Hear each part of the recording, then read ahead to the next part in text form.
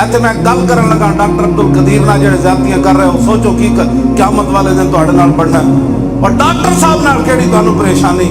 کفر کہندا ہے کہ انہوں نپ لو۔ ڈاکٹر صاحب نے ہاتھ چومے سن، میں کہندا کیوں چومے؟ میں کوئی رسول اللہ نے فرمایا جنہیں تیر بڑھایا وہ بھی جنت تے چلا جائے گا، جنہیں تیر پکڑایا وہ بھی جنت تے چلا جائے گا، جنہیں چلایا وہ بھی جنت تے چلا جائے گا۔ ڈاکٹر صاحب کی اکھاں آنسو آ گئے سن، کہتے ہیں بڑے بڑے مولوی مینوں پیر آئے، انہاں میرے نال ایک ہاتھ نال سلام لے، تو کیوں جا مولوی ہے جنہیں میرے ہاتھ چوم دیتے؟ میں کہا میں حضور دے اس فرمان دی وجہ تو تیرے ہاتھ چوم، یہ تیر بنان والا جنت تے جناب چلان والا پکڑان والا، میں کہا یار تو تے ساڈا ایٹم بم بنایا ہوئے۔ ہیرو یہ ہیرو کہا جا سکتا نہیں، ان کو ہیرو نہیں کہا جا سکتا۔ اگر ایٹمی قوت پاکستان کے ایٹمی قوت بننے کا اگر کسی کو ہیرو قرار دیا جانا ہے تو وہ میاں نواز شریف ہے۔ Wake up to reality.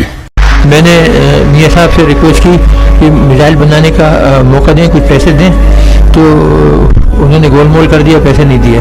98 میں جب ہندوستان نے دھماکہ کیا تو پھر ضرورت پیش آئی، اب اس میں میاں صاحب بہت ٹال مٹول کر رہے تھے اور ایسا لگ رہا تھا کہ یہ کرنے کے لیے تیار نہیں ہے۔ اور ڈاکٹر صاحب نال کیڑی تانوں پریشانی؟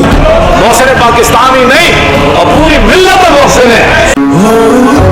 ہمارے پاس ایٹم بم ہے، جس نے ایٹم بم بنایا تم نے تو اس کے ساتھ یہ سلوک کیا ہے۔ یاد رکھنا جو قومیں اپنے محسنوں کے ساتھ یہ سلوک کرتی ہیں ان قوموں کے نام و نشان مٹ جاتے ہیں، باقی نہیں جاتے۔ میں کہا جنا تو تم ہے جنہیں ایٹم بم بنایا۔